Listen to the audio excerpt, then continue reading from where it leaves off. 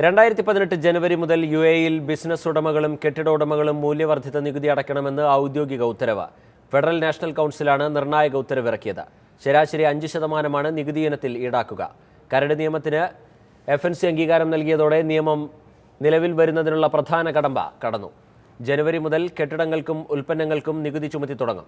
വിദ്യാഭ്യാസം, ആരോഗ്യം തുടങ്ങിയ മേഖലകളിലെ സേവനങ്ങളെയും അവശ്യ ഭക്ഷ്യവസ്തുക്കളെയും മരുന്നുകളെയും മൂല്യവർദ്ധിത നികുതിയിൽ നിന്ന് ഒഴിവാക്കും.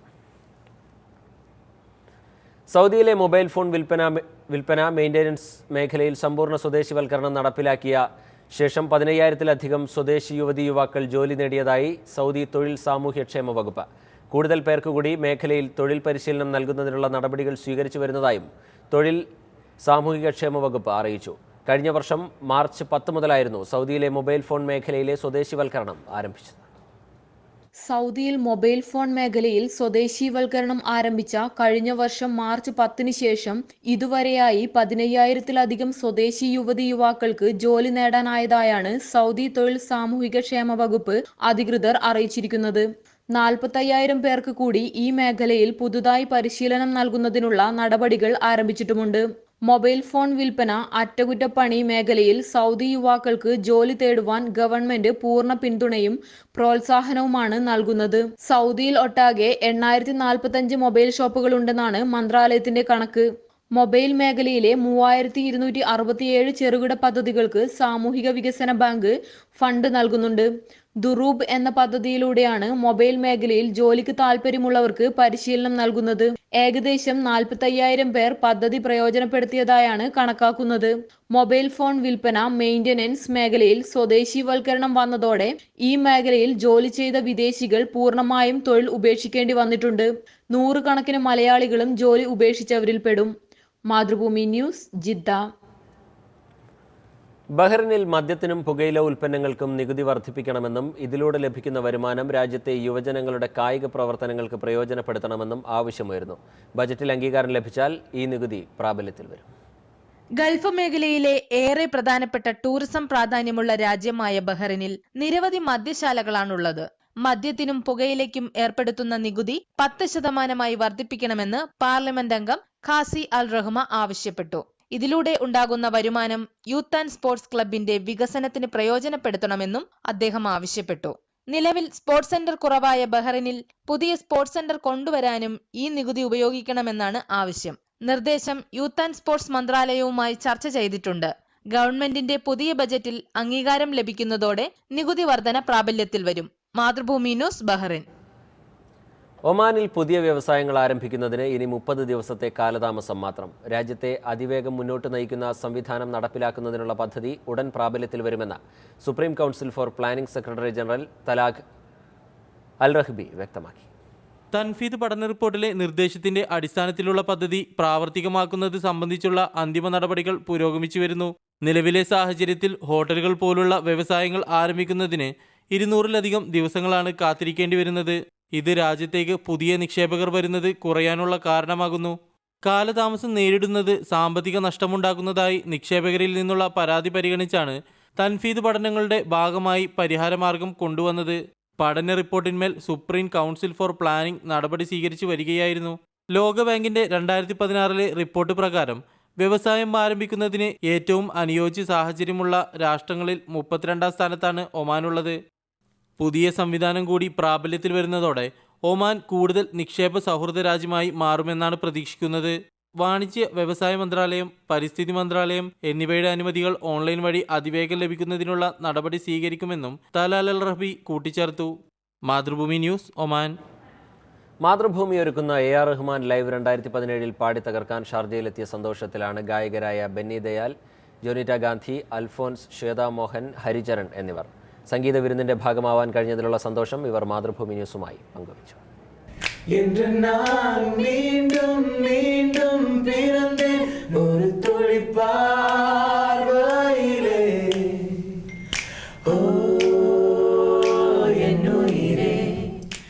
AR റഹ്മാന്റെ ഇതുവരെ കണ്ടതിൽ ഏറ്റവും മികച്ച സംഗീത സന്ധ്യയ്ക്കാണ് ഷാർജ ക്രിക്കറ്റ് സ്റ്റേഡിയത്തിൽ മാതൃഭൂമി വേദിയൊരുക്കുന്നത്. അബുദാബിയിൽ ജനിച്ചു വളർന്ന ബെന്നി ദയാൽ റഹ്മാന്റെ പാട്ട് സദസ്സിലിരുന്നാണ് ആദ്യം കേൾക്കുന്നത്. ഇപ്പോൾ അദ്ദേഹത്തിന്റെ കൂടെ നിന്ന് പാടുന്നതിൽ സന്തോഷം ഏറെയാണെന്ന് ഈ ഗായകൻ പറയുന്നു. ആദ്യം സാറിൻ്റെ ഷോ ഞാനിവിടെ പഠിക്കുമ്പോഴായിരുന്നു ഞാൻ ആദ്യം കണ്ടത്. 98 സാർ ആദ്യമായിട്ട് ഒരു ഷോ ഇവിടെ ചെയ്യാൻ വന്നപ്പോൾ ഇവിടെ ദുബായിലായിരുന്നു ഷോ. അപ്പോൾ അന്നേരം ഞാൻ വന്നിരുന്നു. പിന്നെ 10 വർഷം കഴിഞ്ഞ് സാറിൻ്റെ കൂടെ പെർഫോം ചെയ്തപ്പോഴത്തേക്ക് സാർ വാസ് അനൗൺസിങ് ഷാർജ സ്റ്റേഡിയമിലായിരുന്നു. സോ അന്നേരം സാർ അനൗൺസ് ചെയ്തിരുന്നു ഞാൻ 10 വർഷം കഴിഞ്ഞിട്ടാണ് വരുന്നത്. അപ്പോൾ ഞാൻ ആലോചിക്കായിരുന്നു, അന്നേരം ഞാൻ ക്രൗഡിൽ നിൽക്കായിരുന്നു, ഇപ്പം ഞാൻ ഷോ കാണുന്നു. എപ്പോഴും സർപ്രൈസുകൾ നിറഞ്ഞതാണ് റഹ്മാന്റെ പരിപാടി. ഷാർജയിലും അതുണ്ടാകുമെന്ന് ഓക്കെ കൺമണിയിലെ പാട്ടുകളിലൂടെ മലയാളികൾക്ക് പോലും പ്രിയങ്കരിയായ ജൊനീറ്റ ഗാന്ധി പറഞ്ഞു. I'm very, very excited. I've never performed with Rahman sir here before.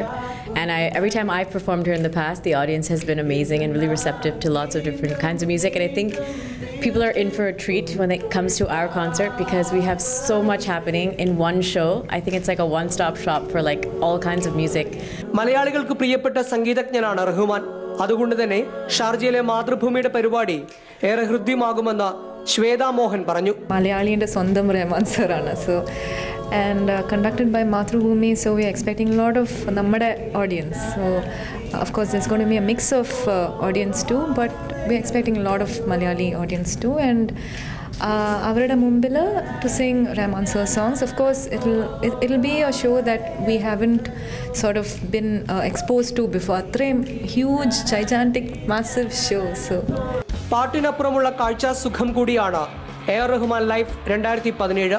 അതിനുവേണ്ടി ഏറെ ഉത്സാഹത്തോടെയാണ് കാത്തിരിക്കുന്നതെന്ന് ഗായകൻ ഹരിചരൺ പറയുന്നു. He's an amazing director and he knows how to create moments on stage and how to make performances more complete, with visually and being there physically. So I think he has planned an amazing set for us and I'm very excited because including music, there's a lot of elements which is going to excite the audience. റഹ്മാന്റെ ആരോമലാണ് Alphons. Sharjah cricket സ്റ്റേഡിയത്തിലും ആരോമലെ മുഴങ്ങുമെന്ന് Alphons പറഞ്ഞു. ആരോമല എപ്പോഴും ഫ്രഷാണ്. അതിൻ്റെ ഒരു എന്താ charming. ഞാനും ഓരോ പ്രാവശ്യം പാടുമ്പോഴത്തേക്ക് എനിക്ക് പുതുതായിട്ട് പാടുന്ന പോലെയാണ് എനിക്ക് ഫീൽ ചെയ്യുന്നത്. അപ്പോൾ പ്രത്യേകിച്ച് ഇത് ഇവിടെ ഈ പ്രാവശ്യത്തെ പെർഫോമൻസ് എന്ന് പറഞ്ഞു കഴിഞ്ഞാൽ ഭയങ്കര സന്തോഷമാണ്. കാര്യം എല്ലാ ഫ്രണ്ട്സും ഉണ്ട്.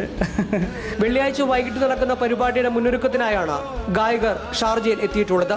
ദുബായ് മീഡിയ സിറ്റിയിലെ മാതൃഭൂമി ഓഫീസിലെത്തിയ ഗായകർ ക്ലബ് FM 99.6 സ്റ്റുഡിയോവിൽ ശ്രോതാക്കളെ പാട്ടും വർത്തമാനവും കൊണ്ട് ഇളക്കി മറിക്കാനും മറന്നില്ല.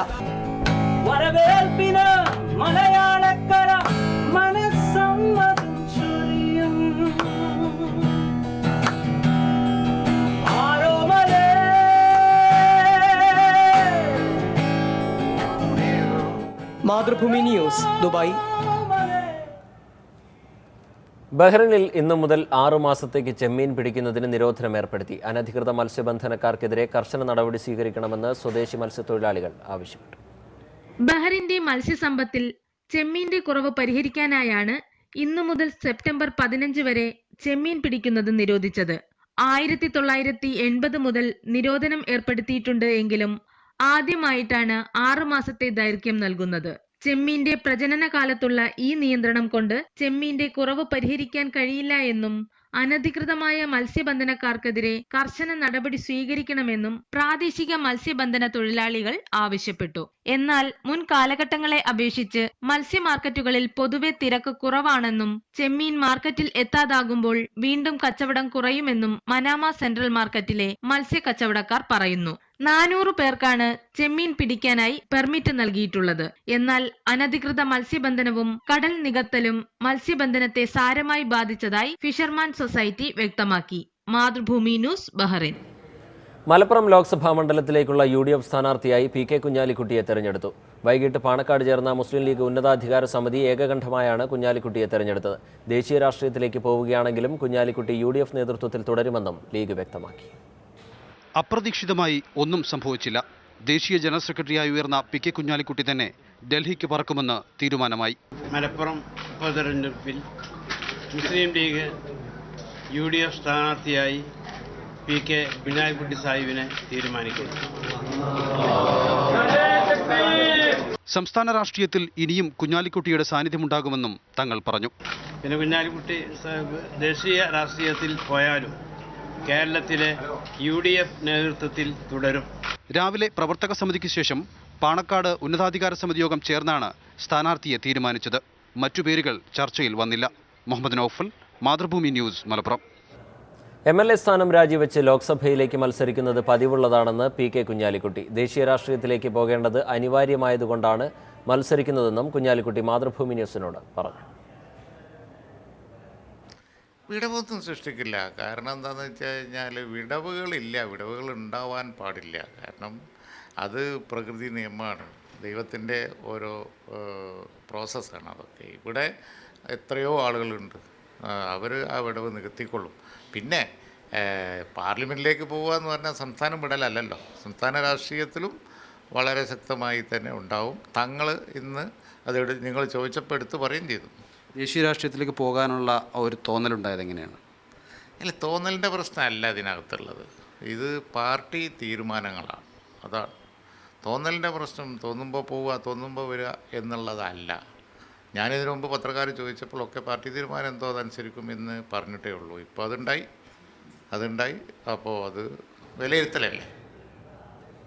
സംസ്ഥാന രാഷ്ട്രീയത്തിലെ പതിറ്റാണ്ടുകളുടെ രാഷ്ട്രീയ പ്രവർത്തനത്തിന് ശേഷം PK കുഞ്ഞാലിക്കുട്ടി ദേശീയ രാഷ്ട്രീയത്തിലേക്ക് ചുവടുമാറ്റുകയാണ്. ദേശീയ തലത്തിൽ E. അഹമ്മദിന്റെ അസാന്നിധ്യമുണ്ടാക്കിയ വിടവ് പരിഹരിക്കലാണ് പാർട്ടിയുടെ ലക്ഷ്യം. മലപ്പുറം കടമ്പ എളുപ്പം മറികടക്കാനാകുമെന്ന പ്രതീക്ഷയിലാണ് ലീഗ്. 1970-ൽ സമാനമായ സാഹചര്യമുണ്ട്. മഞ്ചേരി MP ആയിരിക്കെ മുസ്ലിം ലീഗ് ദേശീയ അധ്യക്ഷൻ ഖായിദെ മില്ലത്ത് ഇസ്മായിൽ സാഹിബ് അന്തരിച്ചു. തുടർന്ന് ഉപതെരഞ്ഞെടുപ്പിൽ മത്സരിച്ചത് അന്ന് കൊണ്ടോട്ടി MLA ആയിരുന്ന CH മുഹമ്മദ് കോയയാണ്. ഇപ്പോൾ E. അഹമ്മദിന്റെ നിര്യാണത്തെ തുടർന്ന് PK കുഞ്ഞാലിക്കുട്ടിയും CHനെ പിന്തുടരുന്നു. MSFിലൂടെ രാഷ്ട്രീയ പ്രവർത്തനം തുടങ്ങിയ കുഞ്ഞാലിക്കുട്ടി ലീഗിലെ അനിഷേധ്യനായ നേതാവായി വളർന്നത് പെട്ടെന്നായിരുന്നു. 27-ാം വയസ്സിൽ മലപ്പുറം നഗരസഭാ ചെയർമാനായി. പിന്നീട് 1987-ൽ മലപ്പുറത്തു നിന്നും 91-ലും 96-ലും 2011-ലും കുറ്റിപ്പുറത്തു നിന്നും നിയമസഭയിലെത്തി. എന്നാൽ രാഷ്ട്രീയ ജീവിതത്തിലെ ഏറ്റവും രൂക്ഷമായ ആരോപണങ്ങൾ നേരിട്ട 2006-ൽ KT ജലീലിനോട് തോറ്റു. തുടർന്ന് 2011-ൽ വേങ്ങരയിലൂടെ പിടിച്ചുകയറി. 2016-ലും ഇവിടെ നിന്ന് വിജയിച്ചു. ഇതിനിടെ 3 തവണ മന്ത്രിയായി. UDFിലെ നിർണായക തീരുമാനങ്ങളുടെ പിന്നിൽ ചാണക്യനായി. സമവായ ചർച്ചകളുടെ അമരക്കാരനായി. പ്രതിപക്ഷ ഉപനേതാവായിരിക്കെ നിയമസഭയോട് സലാം പറയുകയാണ്. വേങ്ങര കൂടി ഉൾപ്പെടുന്ന ലോക്സഭാ മണ്ഡലമാണ് മലപ്പുറം.